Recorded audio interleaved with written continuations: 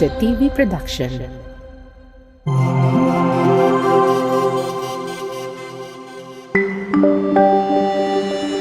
Your only island TV channel.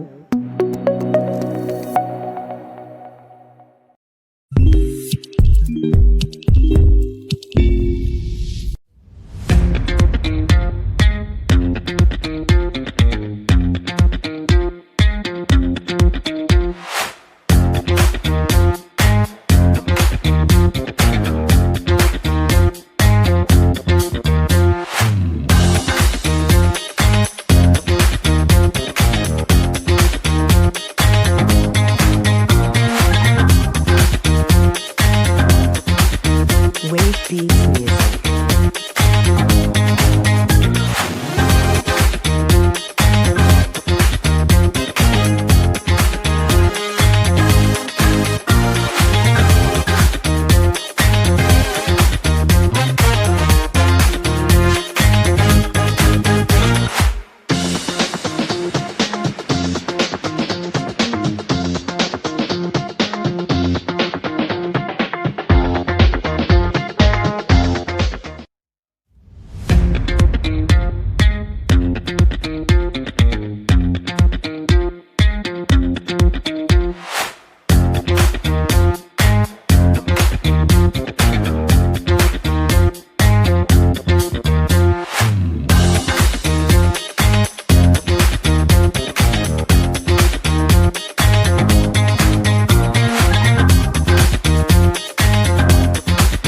Wave Beats Music.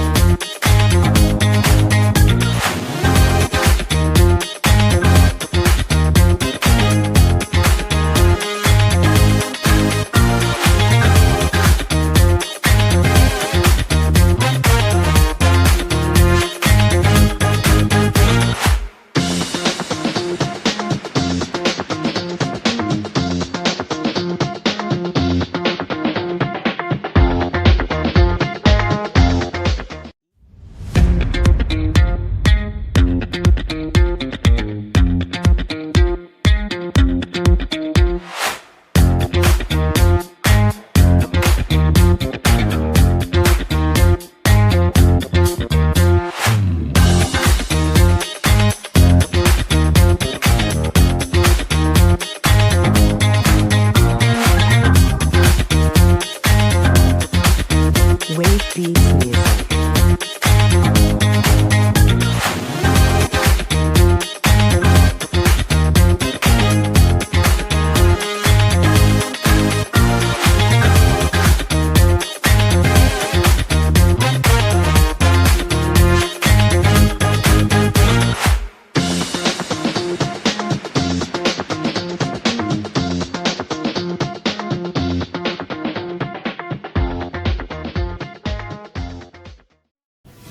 Assalamualaikum. Happy Sabela. So ayun, mga ka-SDD, andito na naman po tayo sa panibagong episode para sa linggong ito. Ngayon po, akin pong ibabahagi ang mga pasilidad na anong meron po tayo doon sa ating Solid Waste Management Facility na located po sa Barangay Baluno, Isabela City, Basilan. So yun, may mga facilities po tayo doon sa Lantong na binisita po natin last week, no, kasama si Ma'am Ana. And sa previous episode na puntahan na din po natin yun at saka napa-flash po yun sa mga statement of mayor's address, no. So ngayon atin pong iisa-isahin kung ano-ano ba ang mga pasilidad na ito, kung ano yung function niya. Nagkaroon po tayo ng pasilidad na ito dahil po sa mandato ng RA 9003 at ng ating EMB9 na narito po parati sa ating syudad, no, para i-monitor po ang waste management dito sa lungsod ng Isabela City. So yun, nagkaroon po tayo ng mga facilities na ito at dahil din po sa mandato ng RA 9003 o tinatawag nating Ecological Solid Waste Management Act of 2000. At saka inadapt po ito ng city, no, during the time of Mayor Biel noong 2004. At saka medyo na-delay po, kumbaga hindi po na-implement ng maayos in the previous administrations At alhamdulillah, no, nung umupo po si Mayor noong 2019, unti-unti pong inayos ang mga pasilidad, ang mga buildings, ginawa, and mga equipment, nag-purchase po like yung mga alternative machineries. Papaliwanag ko po yung 5 classification of waste. Meron po tayong una, no, bio-waste. Pangalawa, residual waste. Pangatlo, recyclable waste. Pang-apat, special waste. At yung bago nang nagka-COVID, dati kasi yung infectious waste, nasasama siya sa special waste. Pero during the time of COVID, no, sineparate na talaga siya ng EMB, no? Dapat talaga ma-separate. So, naging 5 na po yung classification ng ating waste. So yun, ipapaliwanag ko po kung ano yung bio-waste. Itong bio-waste, ito na po yung mga nabubulok or yung compostable. Let's say, yung mga basura na kinokolekta po natin sa market, no? Yung mga leftover na pagkain, yung mga sirang gulay, yung mga asang ng isda, lahat po yun siya, consider po siya na bio-waste. Ang ibig po sabihin, nabubulok na basura. So ito pong basura, ito pong waste na to, ito po yung kinokolekta natin from market, no? Tinatransport po natin separately, no? Tinatransport po natin separately doon po sa ating, saan? Sa Solid Waste Management Facility. At saan po ito nilalagay? Doon po ito natin nilalagay sa composting area. Ano po yung composting area? Ano po yung mga equipment na present doon? So, isa doon is, yung minention ko po kanina, yung alternative machineries. Ano yung alternative machineries? Ito po yung mga equipment, no? Yung mga equipment, advanced equipment na halimbawa yung shredder, glass pulverizer, chipper, yun po yung mga madami pa, ipa-flash lang po namin sa pictures lahat. Hindi po natin ma-mention lahat. So, ito po, bali, pagdating po doon sa taas, halimbawa yung gulay, ginagrind po natin yun. Ginagrind po natin, no? Then, pinaprocess po natin siya. Pagkatapos po nun, pinapaarawan. Then, yung mga slaughterhouse, no? Yung mga slaughterhouse, kinokolekta din po natin yung mga animal manure para i-mix po doon sa compost na mga waste na kinokolekta natin. So yun, pagka ano po, nilalagay po natin sa tinatawag nilang vermi beds. Ano yung vermi beds? Ito na po yung parang block siya na ginagawa. Ano?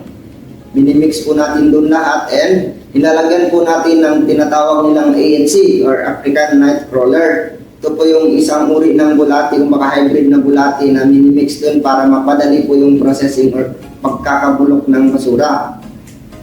So yun, pangalawa. Ano po yung pangalawang waste? Yung recyclables.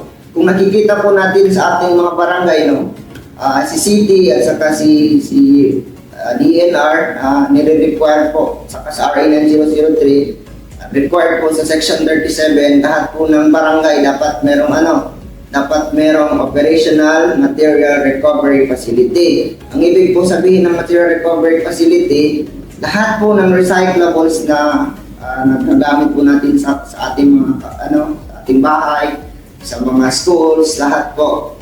Doon po natin nilalagay. Ano po yung nakalagay doon sa MRF? Bale, yung MRF po, meron pong 4 na compartment label. Ang una po is yung bakal, plastic, bote, saka papel or karton. Yan po yung mga compartment na nakalagay doon na label compartment.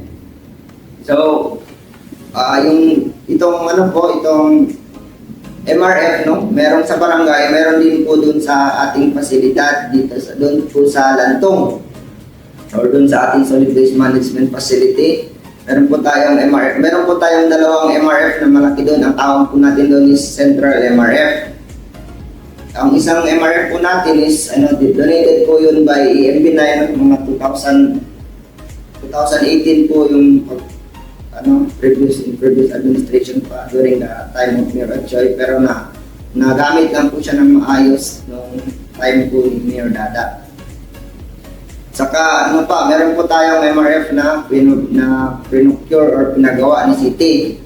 Ito po yung Central MRF na nakalabel din po yung minention ko po kanina. Sa lahat po ng nadideliver sa mga barangays nung pinokolekta. ang proseso po natin kapag napupuno yan ni barangay, nagre-request lang po sila sa LGU, no? Through garbage collection section na kukolektahin po yun. So pagdating po doon sa taas, no? Ina-arrange po natin yung maayos kada label. Halimbawa si carton dito, si bakal dito. Yun po yung proseso natin. Saka yung minention ko po kanina na alternative machineries, yung mga plastic po natin, pinaprocess po natin yan doon. Para by that time na meron naman pong proposal na yung city is mag-purchase po ng mga machineries for processing na talaga, like yung paggawa ng mga plastic na bangko, from single-use plastic and whatsoever. So yun. Pangatlong po natin is residual. Itong residual, ano pa yung ibig sabihin ng residual waste? Ang residual waste, meron po siyang dalawang klase. Tinatawag nilang residual at saka potential residual. Ang potential residual po, ito po yung mga from the word potential, ibig sabihin, pwede pa siyang magamit. Yung single-use plastic, like yung mga smoke, ganyan na nabibili po natin sa mga market natin. So yun, isang halimbawa po siya ng residual, like yung ng mga oishi, mga ganun, mga curls, lahat. Yun po yung tawag po natin dyan, potential residual. Bakit siya tinawag ng potential? Kasi pwede pa po siyang gamitin, magagamit po siya ulit, nare-recycle din siya. Ang pangalawang residual po, or tinatawag nilang residual na talaga is yung hindi na po pwedeng gamitin. Ito po yung mga bagay na tapon na. Halimbawa, isang magandang halimbawa po nito is diaper. Ang diaper, hindi na po natin yun siya literally na magagamit po ulit. So ito po yung dinidispose natin saan. Sa ngayon, wala pa tayong sanitary landfill, pero by next year, inshallah, nag-pledge naman din si Mayor by next 2024, magkakaroon po tayo ng sarili nating sanitary landfill. So yun, sa ngayon, doon po natin ini-stock yung residual saan? Sa RCA or Residual Containment Area. Lahat po ng nakokolekta sa barangay, nakokolekta sa sentro ng syudad, doon po natin yun din, pinapile po lahat ng maayos. Ang pangapat na waste po natin is special waste. Ano po yung halimbawa ng special waste? Ito na po yung mga sirang bombilya, yung mga mga sprayer, mga perfume na lalagyan ng perfume, lahat consider po siya as special waste. Saan po nadidispose ang special waste? Doon sa ating septic vault. Doon din po yan sa ating management facility po sa Lantong. Ang panglimang po natin is yung mention ko po kanina, yung bago na infectious waste. Itong waste classification or isang uri ng basura na during COVID lang talaga siya na-separate sa special waste. Kasi before, magkasama lang sila sa septic vault ng special waste. Sa ngayon, hindi na. Siniseparate na talaga siya. And luckily, nung napili po tayo ng EMB9 para mabigyan po ng TSD or ano po yung TSD? Ang TSD o tinatawag nilang Treatment, Disposal, and Storage Facility. Itong facility na po ito ay intended siya for COVID. Binigay po ito sa atin ng EMB9 nung nadala po sa atin last December, pero nag-operational lang po siya by February. So alhamdulillah, wala tayong masyadong problema sa mga waste natin na infectious waste, yung galing sa ospital. Doon po natin yan, pinapile po natin lahat. Pag napuno na po yun, meron lang pong transfer na naman po sa ibang facility.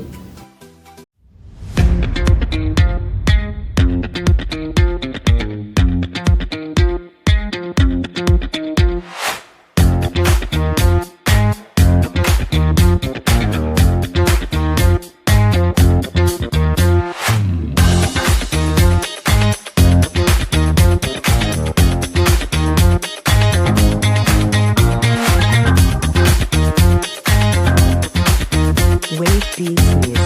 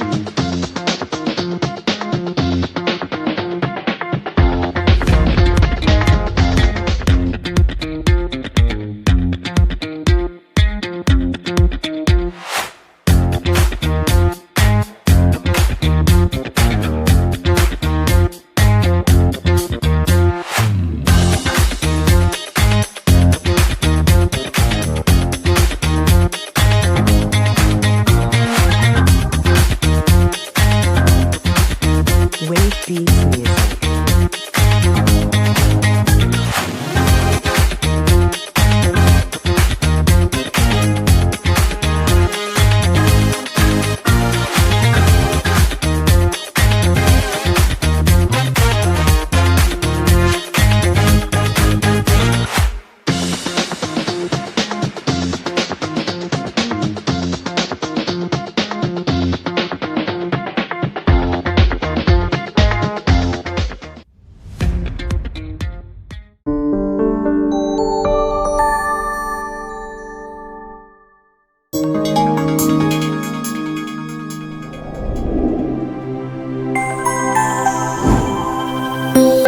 Isa TV Production.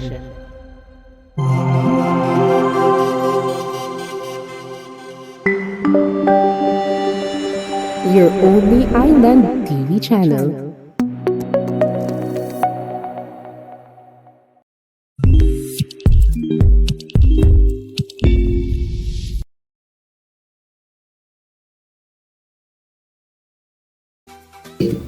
So yun po mga ka-STD, sa punto po ito, ating pong ipapakita yung mga pasilidad na meron po tayo. So yun, magsisimula po tayo sa segregation area. Ano po ang segregation area? Ito po yung pasilidad kung saan po yung mga basura po na nakukolekta natin sa baba, sa mga barangay, sa market, dito po natin dinadala.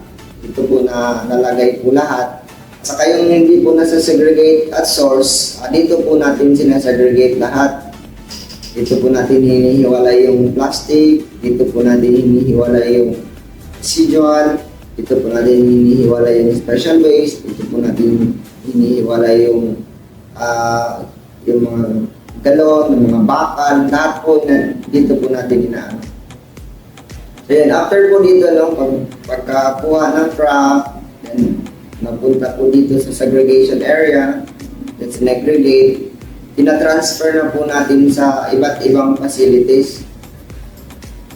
Yung residual, dinadala po natin sa RCA, tapos yung special waste, dinadala po natin sa septic vault, tapos yung mga recyclables po, ito po yung medyo marami.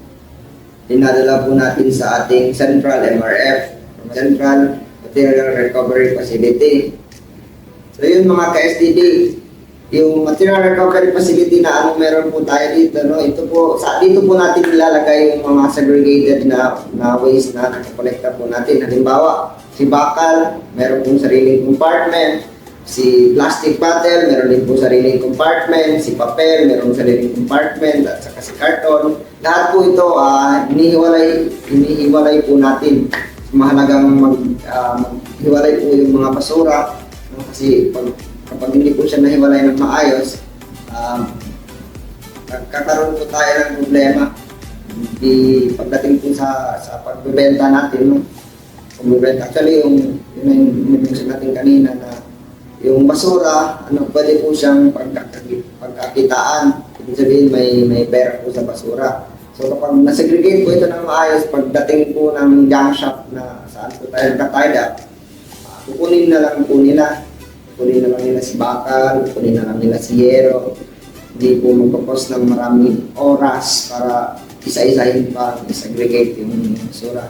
Kaya tayo po, sa ating mga ka-STD, mahalagang mag-segregate po talaga tayo sa ating sariling tahanan para pagdating po dun sa ating facility, magtutulungan na po natin yung LGU at the same time yung ating waste segregator na hindi na po mag-segregate pa isa-isa. So yun. At saka ano pang meron tayong facility, yung RCA. So itong si RCA, ito po yung pinaliwanag natin kanina. Yung residual na nakokolekta po natin, na sinegregate po natin doon sa ating segregation area, dito po natin tinatransfer. Ang proseso po, nilalagay po natin sa sako, then pinapile po natin isa-isa.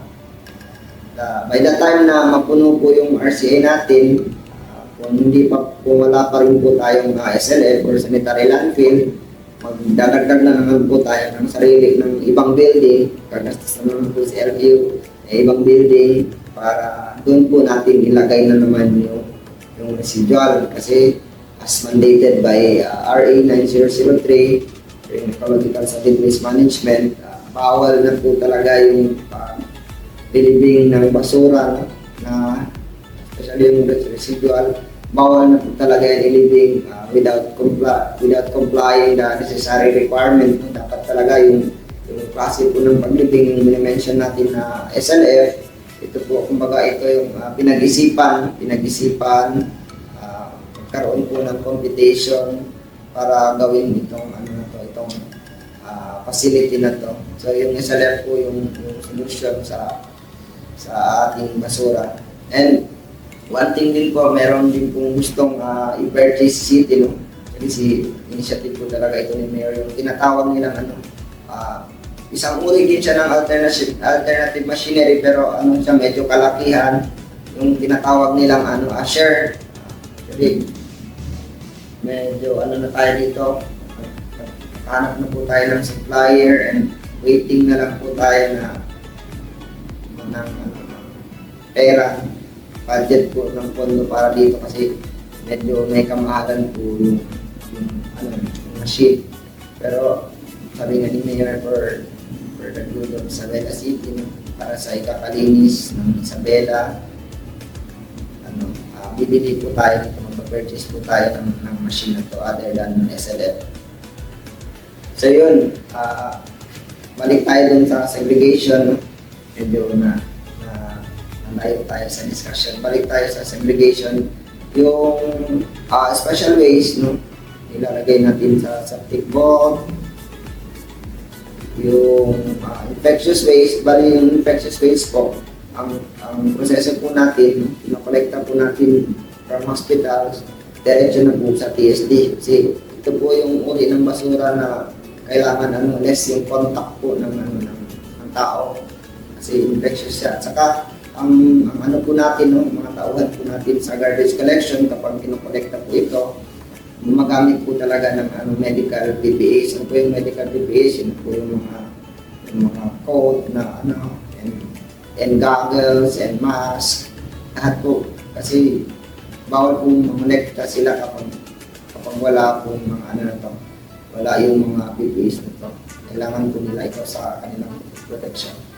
So yun po mga ka-STD, maliban po sa mga na-mention natin na facilities, ito po yung medyo crucial or pinakamataas na waste generation po na dito po natin dinidispose. Ano po ito? Ito po yung composting area. Lahat po ng nakokolekta natin lahat po ng nakokolekta natin na nabubulok, dito po natin dinadala or dito po natin pinaprocess.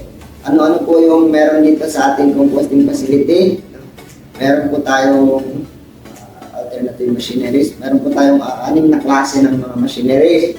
Una, meron po tayong bio-shredder, wood chipper, glass pulverizer, at saka meron pong donation si EMB9 and Agriculture na dito po sa ating facility, yung composter set.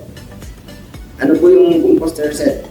Yung composter set po, bali, yung sinishorten niya po yung processing ng paggawa po ng fertilizer or enhancement facility, yung other term natin dito. Kasi yung kapag pinocess po natin, halimbawa yung sa Bernie, medyo magkaponsion po tayo ng siguro mga 30 to 45 days po yung before ma-harvest yung ating fertilizer or enhanced na lupa or fertile na lupa.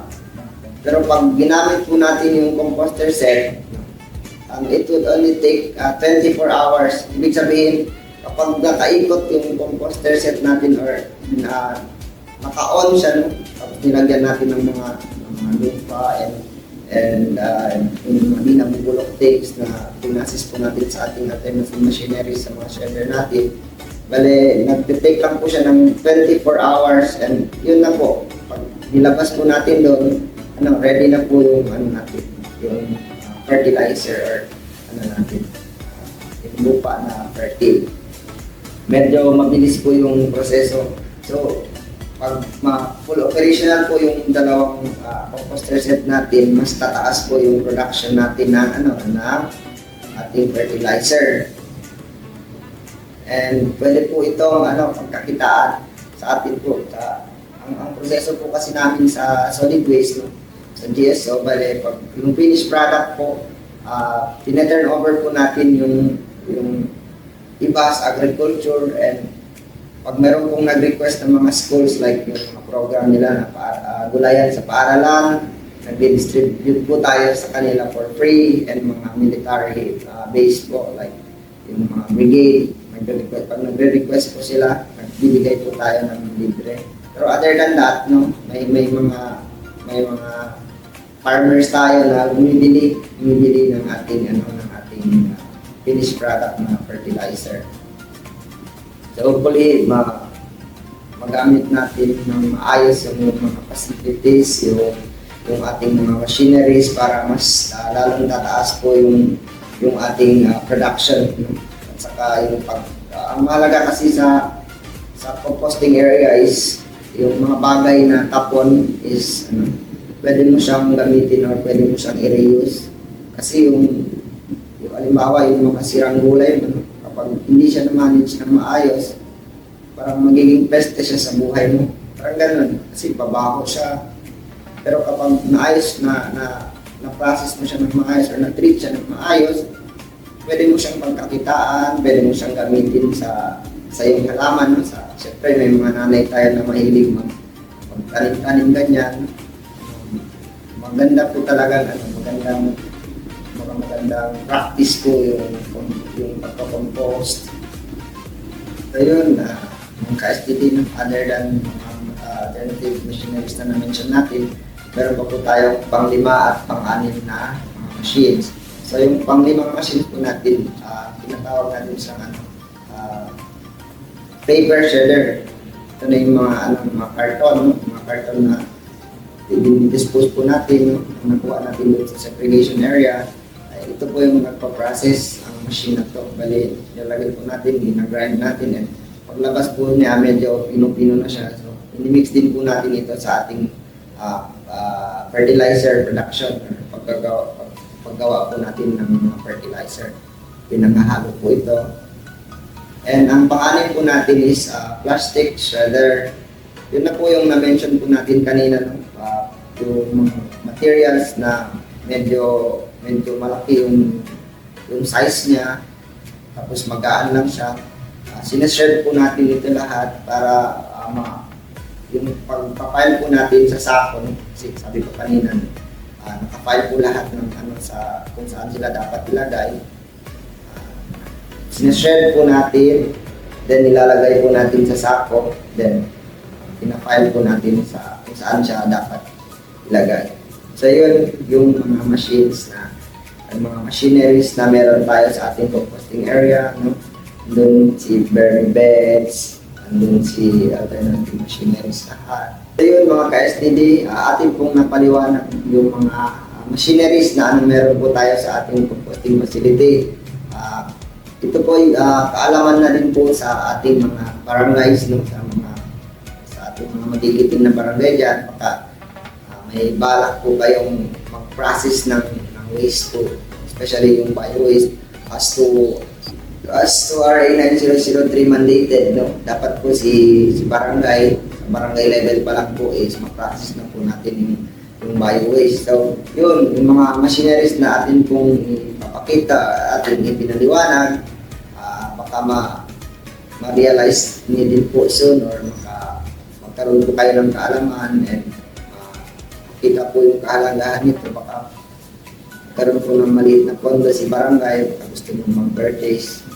And open naman po si GSO, si Solid Waste Management Division, for more information po kung gusto nyo talaga makita actual yung mga machine natin, paano po, how it works, ano yung capacity niya, lahat-lahat po. Anytime, okay lang po si Lantong facility na i-cater po kayo, ipakita po sa inyo. Or mas maganda po kung ma-train po kayo. Ayun, kung meron pong gustong matuto or gusto niyo pong malaman kundi digger sa ating mga machines, depende po yung ating facility. You can go anytime.